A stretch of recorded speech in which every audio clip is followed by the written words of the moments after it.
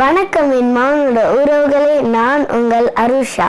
இது உங்கள் தமிழ் ஊடகம் வழங்கும் சங்கே முழங்கு நிகழ்ச்சி.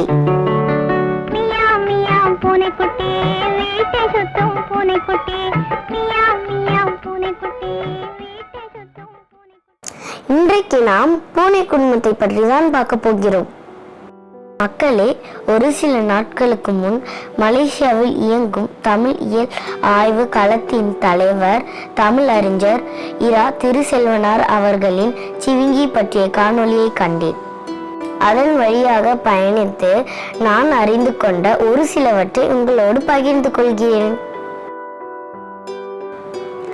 முதலில் ஐயா இரா திருசெல்வனார் அவர்களுக்கு நன்றியும் வணக்கத்தையும் தெரிவித்துக் கொண்டு என் உரையை தொடங்குகிறேன். பூனையை நம் முன்னோர்கள் வெறுகு, வெறுக்கு, பிள்ளை, பூசை என்றெல்லாம் அழைத்தனர். அதாவது வெறுகு, வெறுக்கு என்ற பெயர் வெறுவுதல் என்ற அஞ்சும் பண்பினால் வந்தது. பிள்ளை, உங்களுக்கே தெரியும், பூனை இரவு நேரத்தில் குழந்தை அழுவது போல் ஓசை எழுப்பும். அதனால் பிள்ளை என அழைத்தனர். பூசை, பூவை போல இலகுவான பலமற்ற உடம்பை உடையதால் பூசை எனப்பட்டது. இந்த பூசைதான் பூனை என்றாகி பிறகு பூனை என்று மறிவிருக்க வேண்டும். இந்த சொற்களில் இருந்துதான் பிற மொழிகளுக்கு பூனை குறிக்கும் சொற்கள் சென்றுள்ளன. எடுத்துக்காட்டாக இந்தி, தெலுங்கு இவற்றில் பூனையை, அதாவது பிள்ளையை, பில்லி என்று அழைக்கின்றனர். மலையாளத்தில் பூசையை பூச்சா என்றும், கன்னடத்தில் வெறுகுவை பெக்கு என்றும் அழைக்கின்றனர். நம் முன்னோர்கள் பூனையை பல பெயர்களில் அழைத்திருந்தாலும் பூசை என்ற பெயர் மட்டும் நிலைத்திருக்க காரணம் இதோ பாருங்கள். பிள்ளை, வெறுகு போன்ற பெயர் காரணங்களை விட பூசை என்ற பெயர் காரணத்தை நம் முன்னோர்கள் அந்த விலங்குடன் பெரிதும் ஒப்பு நோக்கினர். இதோ சில எடுத்துக்காட்டுகள் பாருங்கள். பூளை அன்ன பொங்கு மயிர்பிள்ளை, அகநானூறு 897வது பாடல். இப்பாடலில் வரும் பூளை என்றால் இலவ மரத்தின் பஞ்சை குறிக்கும். ஆக பூனைக்குட்டியின் உடலில் புசு புசு என்று பொலிந்திருந்த வெண்ணிற மயிர்கள் இளம் பஞ்சுடன் ஒப்பிடப்படுகிறது. அதே போல் நம் முன்னோர்கள் பூனையின் கோரை பல்லை முல்லை மலரின் கூரிய மொட்டுக்கு ஒப்பிட்டு எழுதிய சில பாடல்கள் இதோ. வெறுக்கு பல்லூருவின் முல்லையோடு கஞ்சலி, குறுந்தொகை 740வது பாடல். பார்வல் வெறுகின் கூர் எயிற்று அன்னவரி மென்முகைய நுண்கொடி அதிரல், அகநானூறு 391வது பாடல். பிள்ளை வெறுகின் முள் எயிறு புரைய பாசில முல்லை முகைக்கும், புறநானூறு 117வது பாடல். பூத்த முல்லை வெறுகு சிரித்து அன்ன பசுவி மென்பினி குறுமுகை அவிழ்ந்த, குறுந்தொகை 220வது பாடல். மேலும் வெறுக்கு அடி அன்ன குவிமுகில் இருப்பை, அகநானூறு 267வது பாடலில் பூனையின் கால் தடமும் இலிப்பை பூவின் வடிவமும் ஒப்பிடப்படுகிறது. மேற்கண்ட காரணங்களால் பூசை என்ற பெயர் அவ்விலங்குக்கு மிகவும் பொருந்தி அப்பெயரே நிலைத்தது. பூனை என்ற பெயரின் பொருளையும் அதனுடன் நமக்கு இருந்த தொடர்பையும் அறிந்தோம். வாங்க இப்போது பூனை குடும்பத்தை பற்றி பார்ப்போம். பூனை குடும்பத்தில் சிங்கம், புலி, சிறுத்தை போன்றவை நமக்கு தெரியும். இதில் சிங்கம், புலி என்பதில் எந்த குழப்பமும் இல்லை. எது சிறுத்தை, எது சிறுத்தை புலி என்பதில் குழப்பம் இருக்கிறது. இந்த நிலையில் ஐயா இரா திருசெல்வனார் அவர்களின் மூலம் சிவிங்கி என்ற சொல்லை கேட்டு மேலும் குழம்பினேன். பலரிடம் இதை பற்றி வினவும் போது அவர்கள் ஆங்கிலத்தில் சீட்டா, ஜாக்வார், லெப்பர்ட், பேந்தர், பூமா இவை எல்லாம் ஒன்று என்று மேலும் என்னை குழப்பிவிட்டனர். இதில் தெளிவு ஏற்பட பயணப்பட்டு நான் அடைந்த தெளிவை இப்போது உங்களுடன் பகிர்ந்து கொள்ளப் போகிறேன். இன்றைய அறிவியல் உலகம் பூனை குடும்பத்தை கொடுமுனி, சிறு பூனைகள் என இரு பிரிவாக பிரிக்கிறது. இதில் கொடும் ஊனுண்ணியை பெரும் பூனைகள், புதிய பூனைகள் என இரு பிரிவாக பிரிக்கின்றனர். வாங்க இப்போ பெரும் பூனைகளை பற்றி பார்ப்போம். இதில் சிங்கம், புலி, சிறுத்தைப்புலி, சிறுத்தை, பனி சிறுத்தை போன்றவை உள்ளன. முதலில் சிங்கத்தை பார்ப்போம். சிங்கம் என்ற சொல் தூய தமிழ் சொல்லே. சிங்கல் என்றால் கெடுதல் என்று பொருள். இதோ பாருங்கள். சிங்காவன் புகழ் சிங்கப்புறத்து. சிலப்பதிகார பதிகம் 47ஆம் அடியையும் சிங்கல் இல் கூதாளி கம்பராமாயணம் நாடுவிட்ட படலம் 40ஆம் செயலையும் உற்று நோக்க புரியும். சிங்கத்துக்கு அரிமா என்ற பெயரும் உண்டு. அரி என்றால் சிறிதாக்குதல், துண்டாக்குதல் என்று பொருள். அரிவாளை எடுத்து வா, காய்கறிகளை அறிந்து தா என்று நாம் சொல்வதை பாருங்கள். மா என்றால் விலங்கு. ஆக அரிமா என்றால் துண்டாக்கக்கூடிய விலங்கு என்று பொருள். மேலும் சிங்கத்தை ஏறு, சீயம், ஆளி என்றும் கூறுவர். அடுத்த விலங்கு புலி. புல், புல்கு, புள்ளி, புலி. அதாவது புல் என்ற வேர் சொல்லில் இருந்துதான் புலி என்ற சொல் தோன்றியது. புல்கு என்றால் அணைத்தல்.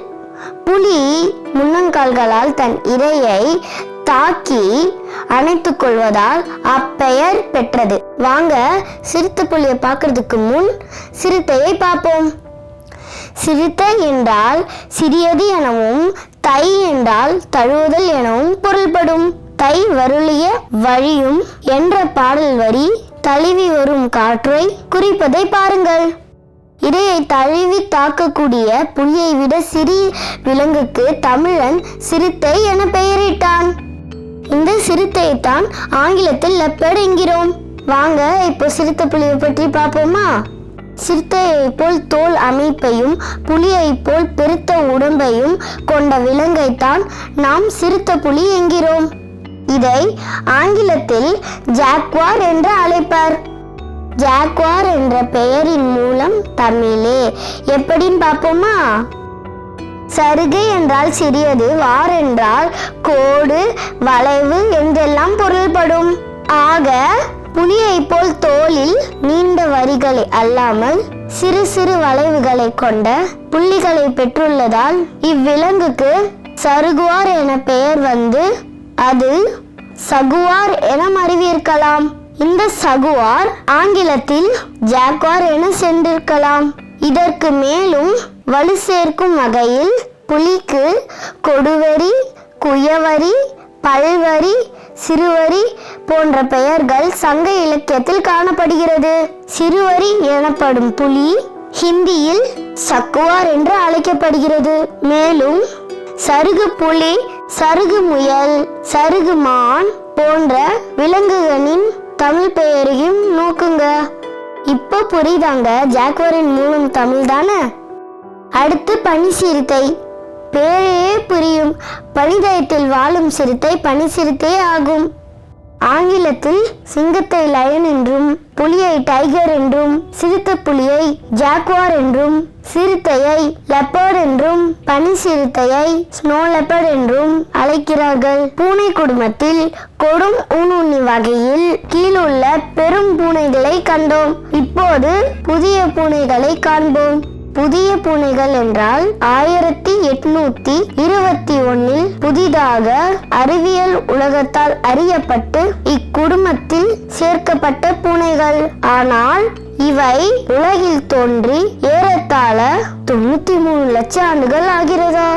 புதிய பூனைகள் வகையில் பெரும்புலி சிறுத்தை என்கிற படை சிறுத்தை ஆங்கிலத்தில் கிளவுடட் லெப்பர்ட் எனப்படும். அதாவது இந்த விலங்குதான் பூனை குடும்பத்தில் பூனையில் இருந்து மரபணு ரீதியாக வேறுபட்டு உருவான முதல் பூனை இனமாகும். இமயமலை அடிவாரங்களில் காணப்படும் இவை மேகாலயா மாநிலத்தின் மாநில விலங்காகவும் உள்ளது. புதிய பூனைகள் வகையில் மற்றொரு விலங்கு சண்டா படை சிறுத்தை ஆகும். மலேசியா, இந்தோனேசியா, சுமித்ரா ஆகிய நாடுகளின் சில பகுதிகளை சேர்த்து அந்த நிலப்பரப்புக்கு ஆங்கிலத்தில் சண்டா லேண்ட் என்று அழைக்கின்றனர். இந்த நிலப்பரப்பில் காணப்படும் படை சிறுத்தைகள் சண்டா படை சிறுத்தை எனவும் ஆங்கிலத்தில் சண்டா கிளவுடட் லெப்பர்ட் எனவும் அழைக்கப்படுகின்றன. பூனை குடும்பத்தில் கொடும் ஊனுண்ணிகளை பார்த்தோம். இப்போது சிறு பூனை இனம் என்கிற மெல்லிய பூனை இனத்தை பார்ப்போம். இவை எதுவுமே கர்ஜனை செய்யாது.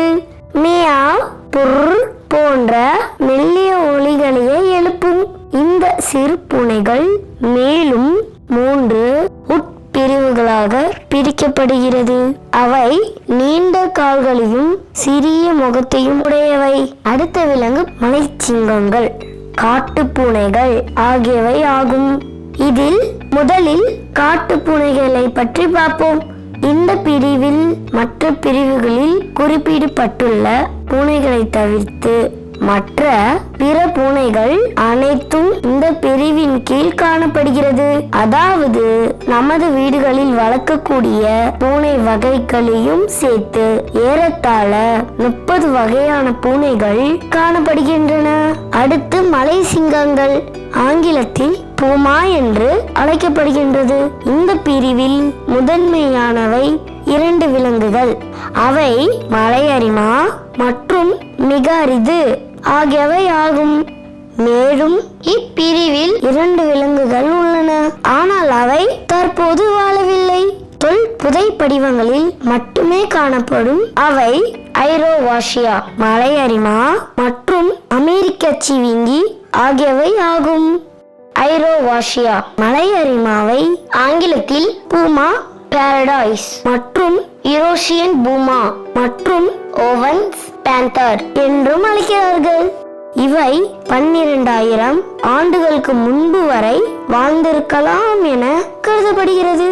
அடுத்து நாம் பார்க்க போவது மிக அரிது. இவை ஆங்கிலத்தில் ஜகுவாரண்டி என அழைக்கப்படுகிறது. செவிந்தியர்கள் பேசும் மொழிகளில் ஒன்றான குவாரணி மொழியிலிருந்து ஜகுவாரண்டி என்ற சொல் ஆங்கிலத்துக்கு சென்றுள்ளது. அதாவது ஜகுவாரண்டி என்றால் ஆங்கிலத்தில் அன்காமன், வெரி ரேர் என்றெல்லாம் பொருள். இவை மெக்சிகோ மற்றும் தென் அமெரிக்காவின் கிழக்கு பகுதியிலும் காணப்படுகிறது. சாம்பல் மற்றும் சிகப்பு நிறங்களில் இவை காணப்படுகின்றன. நம் வீட்டு பூனைகளின் அளவை விட 2 மடங்கு மட்டுமே பெரியவை. அடுத்த விலங்கு மலையரிமா, ஆங்கிலத்தில் கூகர் என அழைக்கப்படுகின்றது. இவை வட அமெரிக்க பகுதிகளில் பரவலாக காணப்படுகிறது. மலையரிமாவை ஆங்கிலத்தில் கேட் ஆஃப் த மவுண்டன் என்பதை சுருக்கி கேட்டமவுண்ட் என்றும் அழைக்கிறார்கள். இவற்றில் ஒரு சிலவற்றை பேந்தர் என்றும் அழைக்கிறார்கள். பேந்தர் என்றால் உடல் முழுவதும் ஒரே திடமான நிறத்தால் ஆன பூனை வகைகளை குறிக்கும். ஆகையால்தான் கருப்பாக இருக்கும் மலை அரிமாக்களும் சிறுத்தை புலிகளும் சிறுத்தைகளும் பேந்தர் என்ற பொது பெயரால் அழைக்கப்படுகின்றன. இங்கு ஒன்றை சொல்ல வேண்டும். கரும் சிங்கம் என்று ஒன்று கிடையவே கிடையாது. ஆனால் வெள்ளை சிங்கம், வெள்ளை புலி ஆகியவை இருக்கிறது. இந்த வகைகள் அரிய வகை மரபணு மாற்றத்தால் ஏற்படுகின்றது.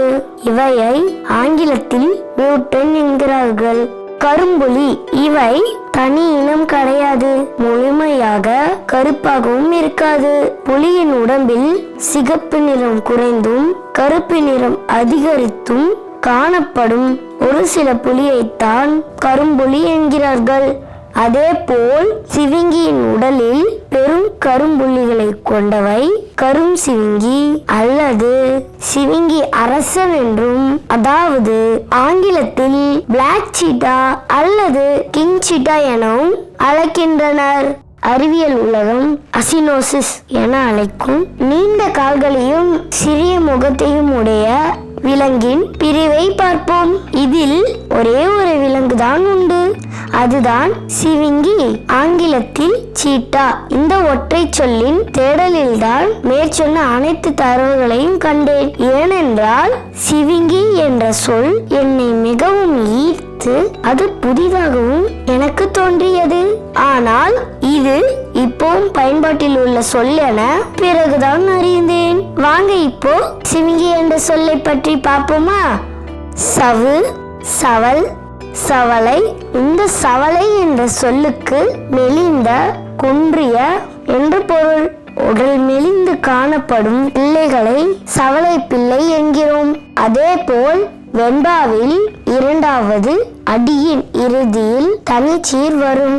அவ்வாறு தனிச்சீர் வராமல் குறைவான சீரை கொண்ட வெண்பாவுக்கு சவலை வெண்பா என்று பெயர்.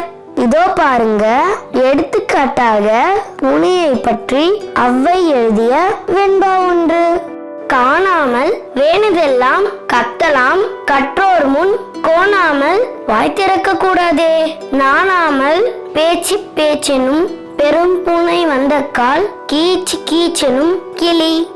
அதாவது பூனை வந்தவுடன் அதை கண்ட கிளி தன்னை பூனை தின்று விடுமோ என்று எண்ணி தன் பேச்சை அடக்கிக் கொள்ளும். அதே போல் கற்றவர் முன் கல்லாதவர் கதைக்க கூடாது என்ற பொருளை தரும் சிறந்த வெண்பா இது. இதில் இரண்டாம் அடியில் நாணாமல் என்ற சீரை நோக்குங்க.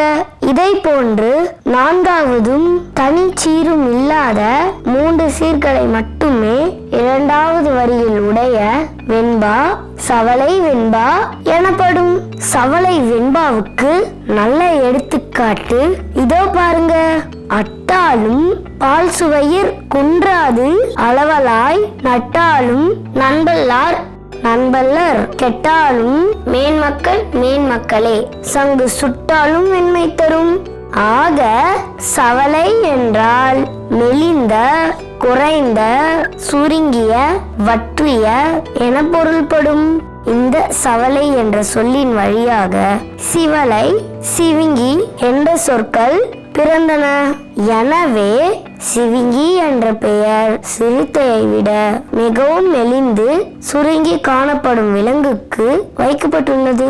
இன்றளவும் சிவிங்கி என்கிற சிவிங்கி புலியை இலங்கை மக்கள் சவலை புலி என்று அழைக்கிறார்கள். ஒட்டக சிவிங்கி, சிவிங்கி பூனை, சிவிங்கி நாய் போன்ற விலங்குகள் சிவிங்கியின் ஒத்த தோலமைப்பை கொண்டதாலும் நீண்ட கால்களில் உடையதாலும் அப்பெயர் பெற்றன.